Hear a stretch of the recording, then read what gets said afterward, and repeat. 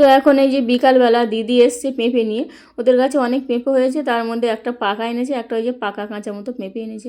তো যাই হোক, এখন দিদির সঙ্গে গল্প করতে করতে হঠাৎ বৃষ্টি এসেছিলো, আর দেখো সন্ধ্যাও হয়ে গেছে, জামা কাপড় সব শুকিয়ে গেছিলো, সব ভিজে গেছে। তো সেগুলো তুলে নিয়ে এখন এই যে নিচে নামবো। ওদিকে মেয়েকে নিয়ে এবার বাবা ঘুরতে যাবে ডাকছিল, তো মেয়েকে পাঠিয়ে দিয়েছি। আর এখন এই যে পকোড়া এনেছে, তো মেয়েকে দিলাম, ও খাবে না, আমি এখন খেয়ে নিচ্ছি। আর এদিকে এই যে 7টা বাজে, রেডি হয়ে নিয়েছি। ওর বাবা বললো বড় মেয়েকে আনতে, তো দিদির বাড়ি যাবো, ওই জন্য ছোটো মেয়েকে রেডি করে নিলাম। আবার এই যে লাইটটা নিতে ভুলে গেছিলাম, তো লাইটটা নিয়ে আর এই যে চলে এসেছি দিদির বাড়ি। রাস্তা তো পুরো অন্ধকার, কোনো লাইট নেই।